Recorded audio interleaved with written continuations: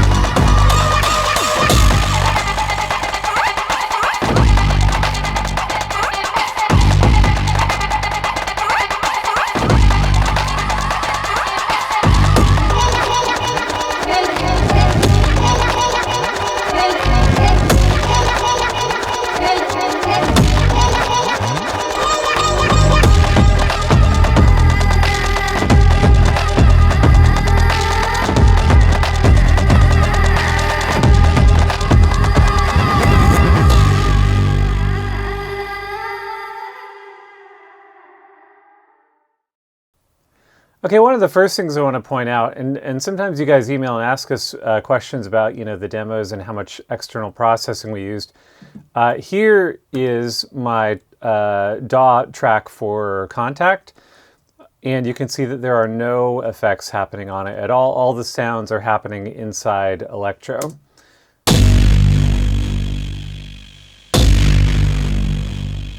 So you can see that there's some distortion turned up.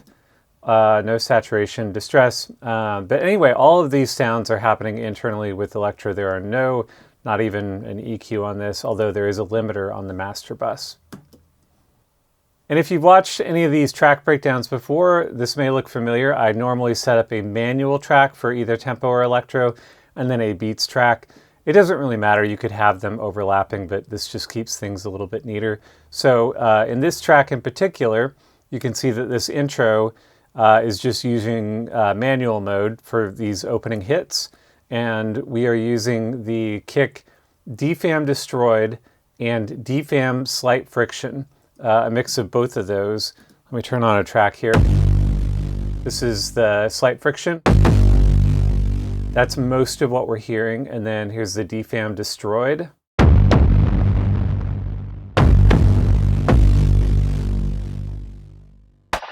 For the snare, we have this Juno whack blended with the Juno rat-a-tat. These are both samples that I've made from the Juno 60 using white noise and some other things too. The hi-hats are in 808. The toms are two different defam iterations. There's the low broken for the high, and then for the low, there's this high thick square.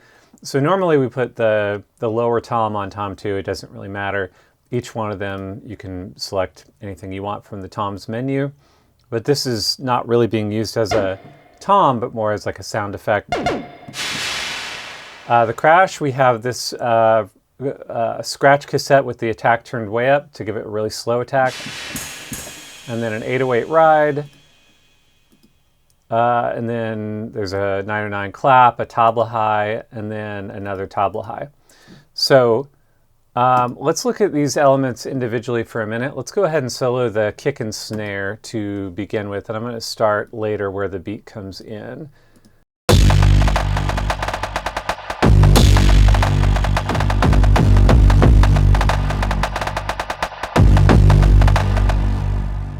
So I don't believe I have anything going on in the tune lane or decay lane. So this is mostly just being used as it loads with these two different snare drums. But they sound very much like some kind of percussion, but that's actually happening in the snare lane. Hi-hats, let's add those in.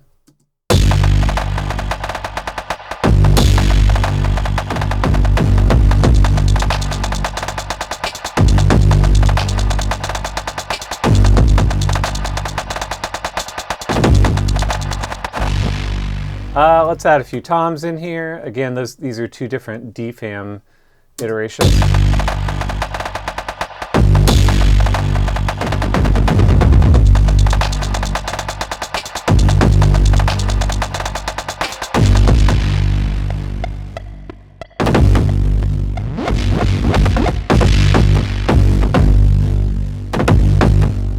Go back to that beat.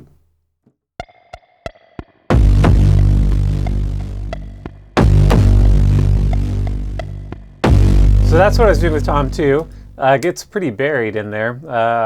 And then let's hear the percussion soloed.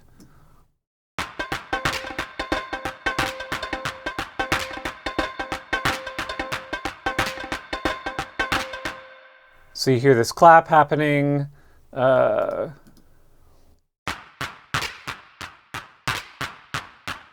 then here are the two tablas. So you can hear that we have them tuned differently.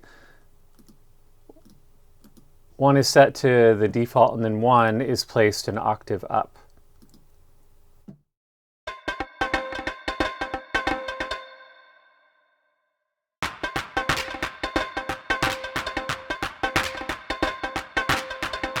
Let's add this crash in.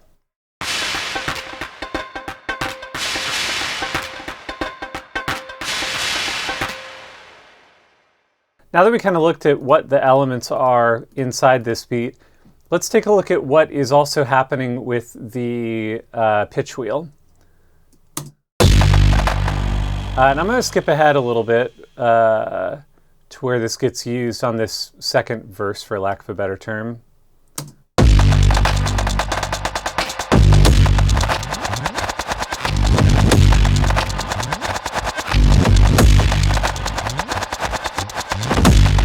You can see we're using stretch and reverse here to make this effect for verse 2. And then there's not a whole lot else to it other than on this instance, I did end up using measure number 8, which I do. For you, I normally leave that blank so you have a place to copy and paste things into. But I ended up changing up the chord progression for the end of this track. And so I ended up using this 8 where the bass goes from a G down to an E.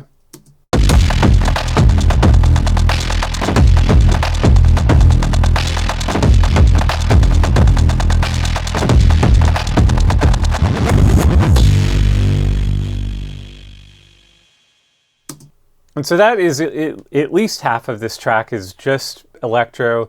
The rest of these are Omnisphere samples, like a vocal chopped up. I tend to lean on Omnisphere a little bit more. I feel like I can play with and transform these vocals to where you don't feel like you're hearing them in someone else's song. I hear that with Splice a lot, people using the same vocal chops, so I try to stay away from that. But yeah, these are all just Omnisphere vocal samples. I'll let you hear a little bit. There's a lot of automation happening. Cubase has this plugin called a chopper that basically acts kind of like an LFO. And that's what I'm using for a lot of these effects. Some of these I bounced down to a WAV file. I think because I was using the granular synthesis mode that they have in Omnisphere, and it doesn't always replicate itself like perfectly on playback. So I went ahead and bounced those. Actually, it looks like I probably bounced them a bunch of times to get the one that I wanted. But some of these we are fully committed on because we didn't want Omnisphere to perform them differently.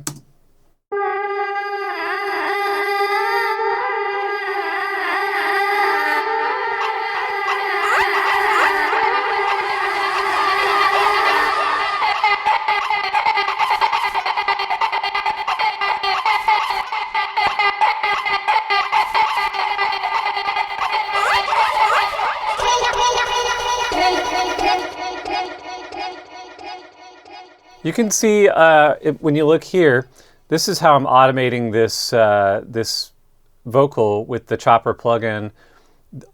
These little lines that you see here are going to represent different rhythms. You see here I'm on a 16th note triplet, and then this goes back down to an 8th note triplet, but I'm kind of automating that in time. Fun little trick, not super complicated, just a way to process your vocals a little bit differently.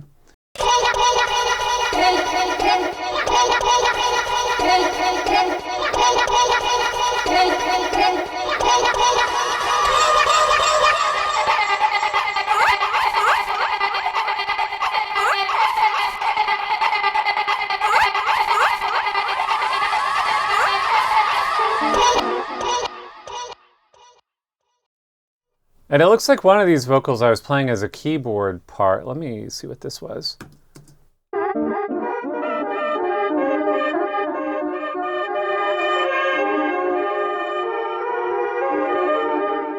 Yeah, this is from the same collection of Omnisphere vocal samples, but I'm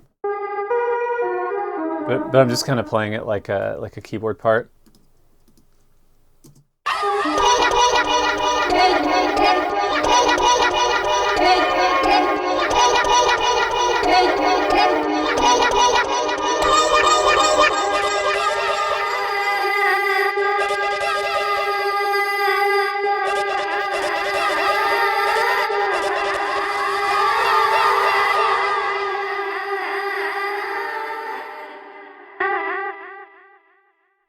And that is it. That is all that there is to that track. It's Electro in manual mode for the intro and a little bit of the outro. A series of beats that come with Electro. It's called Demolition.